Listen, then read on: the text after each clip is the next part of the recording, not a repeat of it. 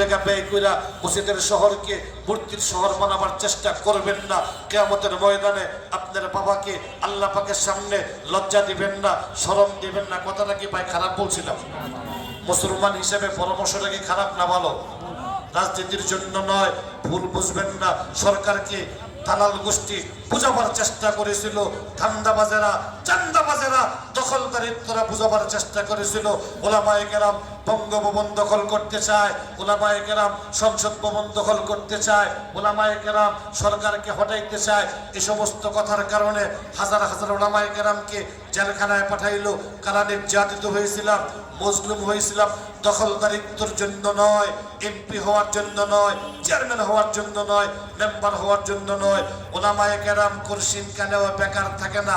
আপনারা কি মনে করছেন বাংলাদেশে মন্ত্রী হওয়া, এমপি হওয়া, চেয়ারম্যান হওয়া, মেম্বার হওয়া, ওসি হওয়া, ডিসি হওয়া, এসপি হওয়া, সচিব হওয়া, টিউনো হওয়া, এগুলোই কাজ না? আরো কোনো কাজ আছে? জোরে বলেন।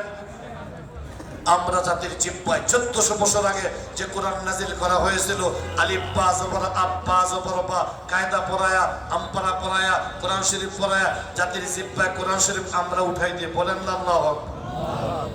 সত্য না মিথ্যা? আমাকে মাতপুরি ছাড়া, ব্রিজ বানান ছাড়া, টেন্ডারবাজি ছাড়া, চেয়ারম্যানি ছাড়া, মেম্বুরি ছাড়া ওলামায়ে কেরাম পীর মাশায়েখদের হাজারো কাজ আছে না নাই? আমরা গভীর যোজনী পর্যন্ত দেশের জনগণের সঙ্গে কোরআন দিয়ে কথা বলি, হাদিস দিয়ে কথা বলি। আসসালাতু খায়রুম মিনান নওম বইলা বাংলার মুসলমানদের আমরা জাগাই। ঠিক না বেঠিক? ঠিক না বেঠিক?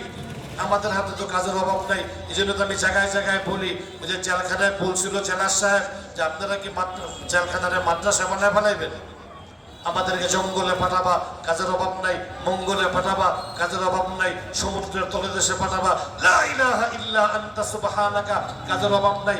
পাহাড়ের চূড়ায় পাঠাবা, লা তাহজান ইন্নাল্লাহা মা'ানা, আমাদেরকে কোঠায় পাঠাবা।